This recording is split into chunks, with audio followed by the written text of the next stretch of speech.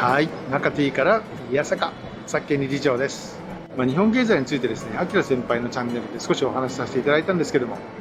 これをきっかけにですね、僕のチャンネルの方でも少しこういうようなお話をしていきたいななんて思います。例えば、やったー、しまったー、なるほど、びっくりというような僕の体験談シリーズっていうのをやってみようかなと思います。第1回目となる今回はですね、なるほど、それは日本遅れちゃうよねっていう話をしようかと思います。昔からですね、日本人は個々の力がものすごく強いと僕は思ってるんですね。政治がどんなに迷走しても国民が国を支えてきたんだと思っています。ただですね、日本はですね、作ってきたものとか完成したものに関してですね、全力で守っていこうっていう傾向が強いんですね。歴史を見てもですね、それはとても明らかでですね、やり始めたことは途中でやめられないんですね。おそらくね、その理由としてはですね、日本人は物事を作り上げるまでにとても時間をかけるんですね。まず事前にじっくり時間をかけて構想を練って、それが基準をクリアするまでは製造段階に入らない。そして完成した後もレベルの高い試験を何度も繰り返して完璧になってやっと市場に出てくるんですね。つまり完璧なものでなければ市場に出せない。なので時間をかけて確かなものを作っていこう、そういうふうに考えるわけです。それ自体はですね、とても素晴らしい考え方だと思うんですけどね、市場に出るまでの時間がとても遅くなってしまうことと、コストが高いこと、そして費やした時間と労力が重すぎてですね、途中で変更するとかやり直すとか、そういうことがやりにくいっていうデメリットがあるんですね。一方ですね、中国は僕ビジネスでよく行くんですけども、ちなみに共産党がどうとかっていうのはちょっと一旦置いといて、僕が接してきたのは一般の真面目な方々なので、彼らはですね、純粋に日本のことを尊敬してるんですね。そういう彼らの考え方はですね、企画を始めてある程度まとまったらまずやってみようっていう考え方なんですね。あとはやりながらどんどん変えていけばいいじゃないかと、そう思ってるわけです。なので開発途中でもですね、ある程度出来上がったらもう市場に出しちゃうんですね。確かにこのやり方だと市場に出すのも早いですし、コストも安いかもしれません。でもそれじゃあね、製品の質が下がって信用を失っちゃうんじゃないか、日本人はそういうふうに思うわけですね。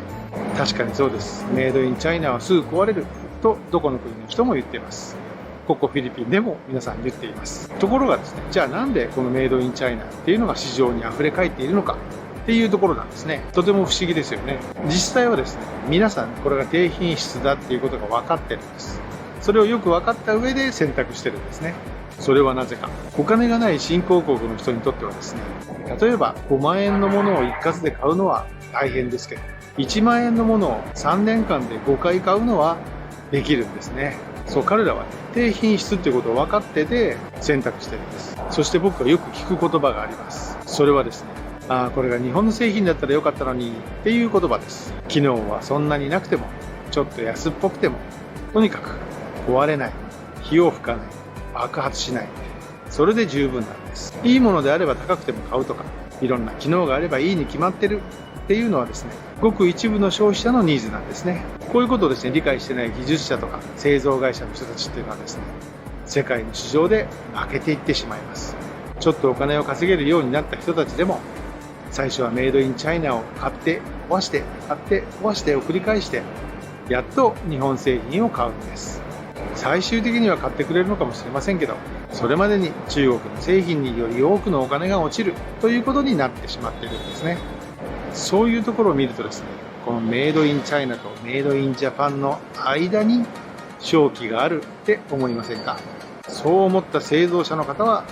急いでください。でないと間に合わなくなる可能性もあります。昨年中国に行った時にですね、そこの担当者と打ち合わせをしたんですけどもね、その時にね、こんな話になったんです。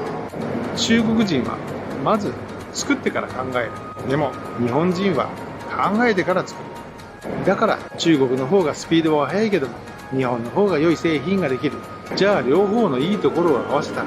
スピードが速くて今よりも質のいいものが生まれるんじゃないか。僕としてはですね、それを中国ベースでやるんではなく、日本が主体となってできるんであれば、とても大きな可能性を秘めてるんじゃないかと思うんですね。日本で1000台売れるなら、世界で1000万台売れる可能性があります。そうなれば、1台あたりのコストや利益率の考え方も大きく変わるでしょう。それがですね、日本が世界から求められているものなんじゃないかなと思います。僕はですね、今やっているような社会貢献事業を通してですね、各国に拠点を作っていきたいって思ってるんですけどもね、その拠点でですね、いろんなリサーチをやっていけたらいいなと思ってます。一つの製品を作るとき、3つの段階で世に放つ。ですかね。はい、最後までご覧いただきありがとうございました。皆さんのチャンネル登録が僕たちの支援となりますので、ぜひよろしくお願いします。それではまた次回の動画でお会いしましょう。さっけんでした。